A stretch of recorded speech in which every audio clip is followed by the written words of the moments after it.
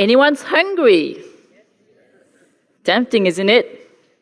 You know, when we see seafood, we often tend to think irresistible, mouthwatering, delicious, gourmet. But the attribute we tend to least think of is perishable. In fact, seafood spoils really quickly. 30% of fish that is landed is wasted due to microbial spoilage alone. And because seafood has such a short shelf life, it's causing the seafood industry to incur huge economic losses year after year. And what I will share with you this evening is the real shelf life extension solution, a technology called high-pressure processing. And this technology really has the potential to revolutionize our entire seafood industry by redefining how we process, how we package, how we store, how we locally distribute, and even regionally export our seafood. But what exactly is high-pressure processing? Well, think of it as a way of cooking your food, except at room temperature, but at very high pressure.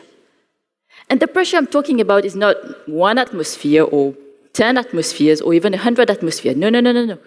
We're talking of pressure greater than 3,000 atmospheres. I mean, the pressure in this hall is at 1 atmosphere, right? We're talking of pressure greater than 3,000 times the pressure in this hall. I mean, under such pressure, we'd all turn into pancakes. And because this pressure is so huge, it can bust the spoilage microbes and enzymes and all these things that cause food to deteriorate. Well, some of you might be like, tell me something new.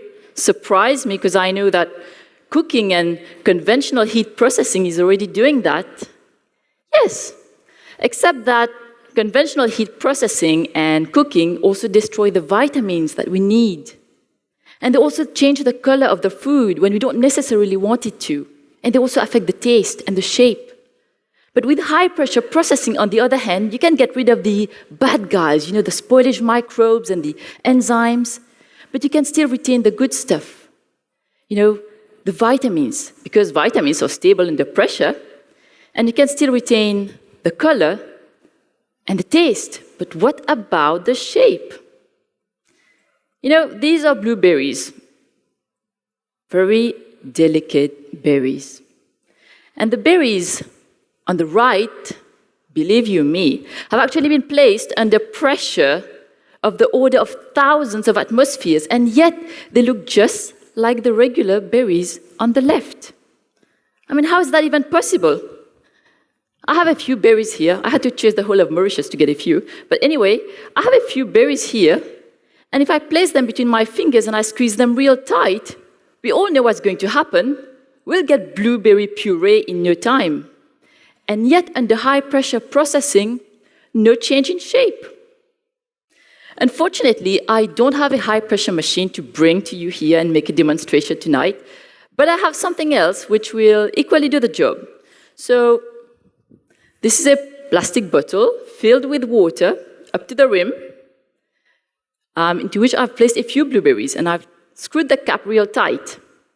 And as I'm squeezing this bottle, I'm effectively applying pressure to not only the bottle, but also to the water inside the bottle, and also, ultimately, the blueberries. And no matter how hard I squeeze this bottle, I will never crush these berries. And the reason is because the pressure inside this entire bottle is the same. In other words, the pressure in the water is exactly the same as the pressure in the berries, hence no deformation. It's that simple. But how could a technology so cool as high-pressure processing add or create value to our seafood industry? Well, one of the most important revenue streams of our seafood industry is tuna processing, be it tuna canning or pre-cooking of tuna loins or even freezing of tuna fillet. In fact, Mauritius ranks number 3 in terms of overall EU supply of canned tuna and pre-cooked tuna loins. But what many of us don't know is that every year, tons of processed tuna meat is lost due to microbial spoilage alone, and high-pressure processing can really address this spoilage problem. In fact, a few years back, we did an experiment where we took meat and placed it under pressure of 6,000 atmospheres. And what we observed was as we cranked up the pressure all the way to 6,000, we were able to decrease the load of spoilage bacteria 1,000-fold. And using such kind of empirical data that we've got in the lab, we're able to predict the shelf life of any pressure-treated food, including pressure-treated tuna loins. And in this panel, we're able to compare the shelf life of normal tuna loins versus pressurized tuna loins. And since high-pressure processing can depress that load of spoilage bacteria we just talked about, that means that those tuna loins, which would normally have spoiled after 120 hours, which is 5 days, will now spoil at a later stage, after 210 hours, which is approximately 9 days, hence delaying the onset of spoilage by 4 days. 4 days. That's a 75% extension in the shelf life of the product. And of course, with longer shelf life comes far lesser wastage for the industry, wider distribution of the product, and securing more market opportunities, which overall means better business for the company. But high-pressure processing is not only of value to our tuna industry, which is already very, very mature, but also for our growing high-end aquaculture sector, especially our oyster sector. In fact, a study carried out in the United States revealed that consumers much preferred pressurized oysters. Why? Because they found that the meat was actually juicier, tastier, and plumpier.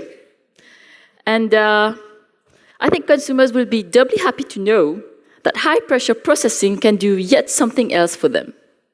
How many of us have gone to a seafood restaurant looking like this and come out looking like that, right? Not happy at all. Many of us have actually been struck by a seafood allergy. A seafood allergy afflicts actually about 2% of the general population. And we all know that an allergic reaction can be anything from very mild to very severe. And would you believe it that high-pressure processing can also destroy the allergens in seafood that trigger those nasty reactions? And because of all these advantages we've talked about, and many more which we have not even touched upon in the interest of time, high-pressure processing has gained significant momentum in many countries all over the world. The United States, the UK, China, Japan, Australia, New Zealand, just to name a few.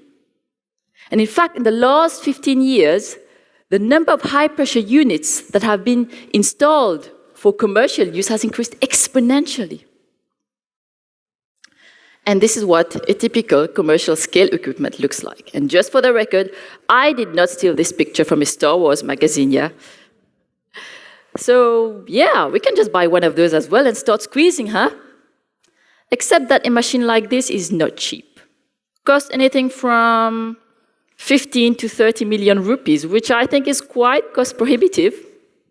But fortunately, we can now avail of what we call as high-pressure processing tolling services. And what that means is that those machines are installed free of charge, and we as users, we just need to pay each time we use the equipment. Like we just pay a toll fee. And if our seafood processors could avail of such a service, they would not have to worry about buying the equipment or taking care of the upkeep of the equipment. Simple, just plug and play. So, take-home messages, I just have two. If there is anyone in the house who's from the seafood industry, I hope you can start feeling the pressure. And I hope you can start believing in this technology as much as I do. And for the rest of us, the consumers, I think it's time we ask ourselves, if consumers worldwide are increasingly demanding for food that tastes better, that lasts longer, that is fresher and safer without the use of chemical preservatives, why should we settle for anything less? Thank you.